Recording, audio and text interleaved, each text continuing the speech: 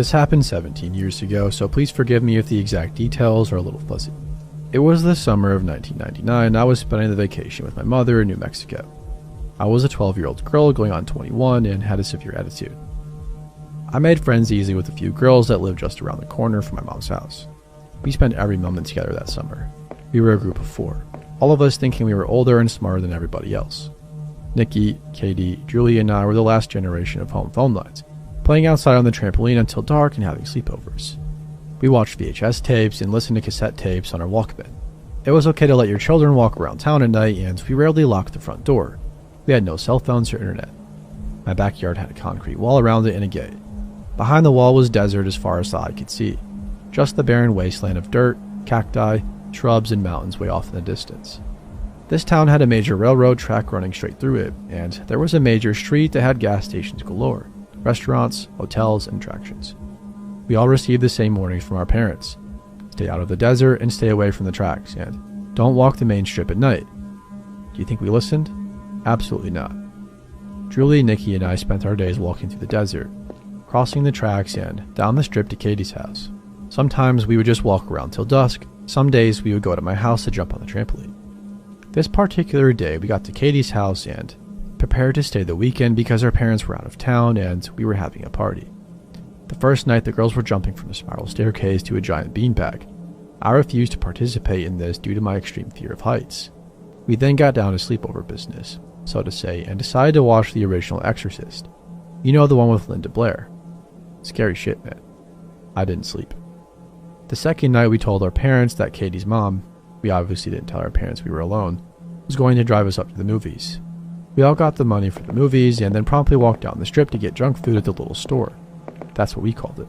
Now, I wish I could say that we were aware of our surroundings, but we really weren't. We were absolutely oblivious of the man who followed us all the way back to the house. I feel that I should mention that Katie's parents were loaded. They had a huge property with numerous buildings and broken down cars that her dad was remodeling. Their house had a large open kitchen, dining room, and living room. There were no walls, and the whole room was lined with windows. There were 2 doors, front and back. The day went just as planned. We got our junk food and made it home safely. We made pizza in the oven, and for some reason one of the girls turned on the TV to the news. As we were eating, we heard a story about staying indoors because there was a report of a sketchy man walking the strip. That's it. We laughed and joked about this dude. Fast forward a few hours, I don't remember what happened, but as girls do, somebody said something that hurt Julie's feelings, and she stormed out of the house. I went after her and opened the front door just in time to see her light up a cigarette. Yes, we were bad kids. I sat with her on a bench while she groaned about the other 2. Suddenly, the air got thick with anxiety. Julie felt it too. I quietly asked if she felt like we were being watched. She responded with a tiny nod, and then we were blinded. Somebody was in a car in the driveway with their brights on us. My heart was racing as I stood up and pulled Julie out of the spot she seemed to be stuck in. As we turned to run inside, the man made a sound. I can't describe this sound other than a high-pitched squeal that turned into a growl. I was scared beyond all reason, but I somehow managed to get myself and Julie inside the house. As soon as we got inside, the headlights went off and it was pitch black again. I locked the door and turned off the light. By this time, Julie had regained her composure to tell the other 2 what had happened, as I frantically checked the back door and turned every light off. I told them to shut up, and they listened by the back door. I heard the car door close, and I remember praying that he would go away. Then right by my cheek, the door handle started to turn slowly, then frantically. I crawled away from the door and moved to where my friends were. For the next 2 or 3 hours, we sat still as stone and listened to this man bang on every window and door trying to get inside. The man was located across the room right next to 2 windows. I finally got up the courage to run to the phone and I called my mom. I told her that we were all alone and somebody was trying to get inside. I hung up with her and waited. Julie screamed to the man that we called the cops, and all of a sudden the banging stopped. We sat and waited, listening to him get in his car, and then that sound again. The squeal that turned into a growl, and then he was gone. My mom and stepdad showed up and checked the whole place out. They found tire tracks and cigarette butts in the driveway where his car was, proving he had watched us for quite a while. The truly scary part was the scratch marks all over the doors and the windows. Needless to say, Katie spent the rest of the weekends at Nikki's house and had a great story for her parents when they got home. Our parents didn't punish us for lying and being reckless. I guess 2 hours of torture at the hands of a madman was enough. We made a report to the police, but the man was never caught. This happened in Antioch, California. It was around 2 a.m. I was at a friend's house, safe in warm sheltered suburbia. We were having a lot to drink, chit-chatting and enjoying ourselves. Of course, when you're having fun, time hits the fast forward button and those few minutes turn into an hour. I had too much to drink. My friend has a bit an abrupt bedtime, so I had to dodge out early, still intoxicated. I felt too shameful thinking I'd be asking too much to stay in his house to sleep off the drunkenness. I suppose he was either too rude or too drunk to consider it himself. Whatever. Sometimes a little inconvenience makes you appreciate everything else, right? I needed about an hour or so to sober up and drive back. As fast as time passed during my stay, it decided to drastically slow down as soon as I stepped out of his house. It was a cul-de-sac area, a concrete jungle with the stem of the street light breaking into a fork. Alongside the road, my car was parked. The only street light that worked was in the middle of the cul-de-sac circle, about 80 yards away. I stumbled towards my car, produced my keys, felt the metal lineup, opened my door, and shifted to the back seat. Because this was a dark, strange, and unfamiliar neighborhood, I took the leftover newspapers and a sweater in my back seat to cover myself up. I was a little scared. I wanted to camouflage myself and not be just some guy awkwardly sitting in his car waiting for time to pass in order to drive home. I couldn't fall asleep. The uncomfortable feeling of a cheap backseat bed enshrouded in darkness didn't make the chance of slumber easier. It felt too ominous. And of course, my mind began to wander. I thought of worst-case scenarios. Like how the police would shine their lights on me through the window or a drunk driver hitting my car, and... wait. In the distance, about 100 yards away, I could hear footsteps approaching. The gravel scuffed with each step forward, growing in proximity but periodically taking stops. I wondered why until it made sense in my mind. Whoever it was probably looking through cars carefully, with the intent to steal one. I couldn't recall how many cars were on the block, but I counted 3 full stops until he was at my window breathing. I froze. There was no more than 1 foot between us now. The car encapsulated me as I lay hidden beneath backseat clutter, forming myself into an object, trying my hardest to be unnoticeable, unmoving, and simply not there. "I see you," said a 40-plus-year-old man in a perverse baby talk. Imagine when you were playing hide and seek and one of your friends tricks you into coming out. He said it in that tone of voice, as if baiting me, like he was questioning whether the clutter in the back seat was just clutter or a person. I didn't want to move or check the window. I remained cluttered. Give me an Academy Award. My body reacted by minimizing my breathing so much that I felt paralyzed. I dare not look. My eyes fixated on the back of the passenger seat. I didn't blink, I didn't move, and I didn't breathe really. My heart was pounding so hard it shook my body with each throb. He circled around the car. My ears didn't fail me. I heard the steps. I felt like I was part of the car. I could feel him touching the trunk as he carefully pressed down on it, as if to test the alarm or to test me. I was in the middle of fight or flight. I couldn't do either without elevating danger. I was frozen, hoping that he was bluffing. He circled the car again, and the door handle to my right jiggled. He was pulling it multiple times. "I see you." Same tone, but more agitated and stressed. More convinced that he was trying to make that clutter move, revealing it to be of his expectations that it was me. My muscles tensed like a cow before slaughter. Tap, tap, tap, tap. That had to be metal against glass. Take a penny right now and tap your window. A crowbar, a knife, a rock, a gun. My eyes fixated on the seat in front of me, never averting my gaze like he was. I was covered enough to where I couldn't see beyond the seat in front of me. I know I couldn't see him, but I could feel his eyes resting on top of me. "My name is Pokerface. What's your name?" The voice changed in a lower, demented, and serious tone. My mind forced a visual. It wasn't anything human. I already accepted my death. I was ready to be shot in the head, ready to take a life-changing bullet and have multiple knife wounds. Just make this sleep bearable, not excruciating, as you drain me out of life. I wouldn't know how to react. My thoughts grew dimmer. I imagined my friend waking up the next morning after a calm night of safe and sound sleep, only to discover my mutilated, defiled, and bloodied body hanging outside my car door. It was then that I heard nothing but my own heart. What was this person doing now?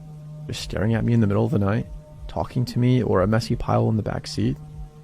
Time froze. The footsteps were being swallowed in the distance. Thankfully, he left. I waited another hour until the sun showed hints of itself. I jumped in my front seat and bolted out of there, wide-eyed and sober enough. This story takes place in a remote area of the UK, but to protect the people involved, I won't say the exact location. My friend Zara, a British Pakistani influencer, had just recently had her second child, and her husband had gone away on a golf holiday, leaving her alone with the 2 children. She was used to being left alone, as her husband often worked away from home too, and would often go away on vacation with his friends, leaving her alone to take care of the children. It was a stormy October night and there was lots of thunder, so it was pretty noisy. She started to feel uncomfortable as it was getting dark early and her house is fairly isolated. So all the noise from outside was, well, getting to her. At around 9 p.m., she had just finished a cup of coffee in the kitchen. The children were asleep and Zara was making sure the house was locked up for the night. She went back into the kitchen and she saw that the back door was slightly open. She started to approach it, but then felt very dizzy, stumbling, and she fainted. Zara slowly regained consciousness and sat on a chair in the kitchen. The first thing she was aware of was how heavily she was breathing through her nose. She felt something covering her mouth, and after twisting her lips, she realized it was sticky tape that was sealing her lips. Zara started to panic and tried to talk and shout, but the gag around her mouth was preventing this. She struggled to move as well, as she could feel her hands were taped together behind the chair, and when she looked down, she was duct taped to the chair and her feet were taped together as well. Her hard breathing popped the duct tape covering her mouth in and out. Then the lamp over her head switched on. Standing there before her was a medium-built man with a hood on and a scarf covering his lower face. At this point, Zara was obviously petrified and was mainly concerned for her 2 children sleeping upstairs. The man then said, "I won't hurt you, but do you keep money in the house?" Zara mumbled a "no" against the tape. The man had a large bag which he had filled with items such as Dubai jewelry from around the house. The next thing he said sent a chill up Zara's back. "Don't worry, your kids are still asleep." He then went to leave through the back kitchen door, and before exiting turned and said, "I just want you to know I'm sorry for this." Then he left. Zara struggled for a few minutes, and then eventually freed her mouth from the tape by twisting her mouth and biting on the tape. She immediately ran to check on her children, who had both slept through the entire ordeal. She phoned the police and the man was eventually apprehended later that week. As mentioned, Zara has an online presence, so the man was aware of this and was aware that she was often left alone. He admitted to gaining entry to the back door and drugged her coffee, which explains why she fainted. The burglar said that he had lost his business and was in a desperate situation with the state of the economy, but that he didn't wish to harm anyone. Zara bears a strong resemblance to Kim Kardashian, and the fact that she's a micro-influencer is likely what gave him this idea, as a similar situation happened with Kim Kardashian just a few years earlier. Zara is a very strong, feisty young woman, so she did eventually learn to live with the situation. However, it's not something you can ever fully recover from. She couldn't help but feel sorry for the man who did this, but the feeling she had when she was in that position is something she'll never forget. This happened right after college, when I had just rented a small apartment on my own. Like most people starting out, I didn't have much money, so I was looking for the cheapest place I could find. The apartment was really old, and there was this strange, musty smell that never seemed to go away, but I didn't really have a choice. For the first few weeks, everything was fine, nothing unusual. But then, things started happening. One day, I was sitting on the toilet when suddenly, I couldn't breathe. It felt like the air was being sucked out of the room. I panicked and scrambled out of the bathroom, and the moment I got out, it stopped. I thought maybe there was something wrong with the ventilation, or maybe there just wasn't enough oxygen in there. But everything seemed normal, so I brushed it off, figuring maybe I was just stressed. But it kept happening, and it only ever happened when I was in the bathroom. One day, I was taking a shower when I suddenly heard a noise from the toilet. I turned around and saw the water inside it violently shaking, like someone had just stirred it. But I hadn't touched anything. There was no reason for it to move like that. That's when I started to feel really uneasy. There were days when the bathroom suddenly smelled like something burning, like squid being grilled. Other times, it smelled like blood or something rotting. And on those days, there would always be this sticky liquid on the floor. The toilet paper would be soaked for no reason, and sometimes there were splashes of water on the walls. At that point, I started to think something was seriously wrong with that bathroom, like it was cursed. So eventually, I asked around, found a psychic, and contacted him. A few days later, he came to my apartment. The moment he stepped into the bathroom, his expression changed, like he had just seen something terrible. Then he slowly looked down at the toilet. I followed his gaze, and the water inside had turned red. The psychic flushed it immediately. I couldn't believe what I was seeing. I thought maybe I was hallucinating. But the psychic looked straight at me and nodded. After a moment, he told me that this apartment used to be a hideout for a criminal gang, and that in this bathroom there had been multiple cases of torture and murder. Right then, out of nowhere, he suddenly dropped to his knees and screamed, "Please, just let me go!" And then it was like something forced his head down into the toilet. In an instant, his face was shoved into the water. He started thrashing violently. I rushed over to help him, trying to pull him back, but his head felt impossibly heavy, like something was holding him down with incredible force. After struggling for what felt like forever, I finally managed to pull him out. He was coughing, gasping, clearly in pain. Then he told me he couldn't handle this alone, that he would have to bring his master to perform a proper exorcism, and that it would cost a lot. I'll be honest, part of me wondered if he was just trying to scam me, but after everything I had experienced, I didn't know what to think anymore. Even after he left, the strange things in the bathroom didn't stop. One day, while I was showering, I suddenly felt something slam into my ankle. I lost my balance and fell hard onto the floor. With the soap making everything slippery, I hit the tiles so hard. The pain was immediate and intense. I crawled out of the bathroom, still covered in soap, my whole body shaking.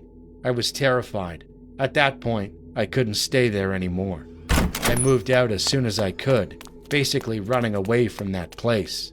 I tried to look into what had happened in that apartment in the past, but I couldn't find anything. After I left, nothing like that ever happened to me again, and I hope it never will. Even now, I sometimes ask myself if what I experienced back then was real, or if it was all just in my head. But when I think back to what I saw with my own eyes, it's hard to convince myself it wasn't real.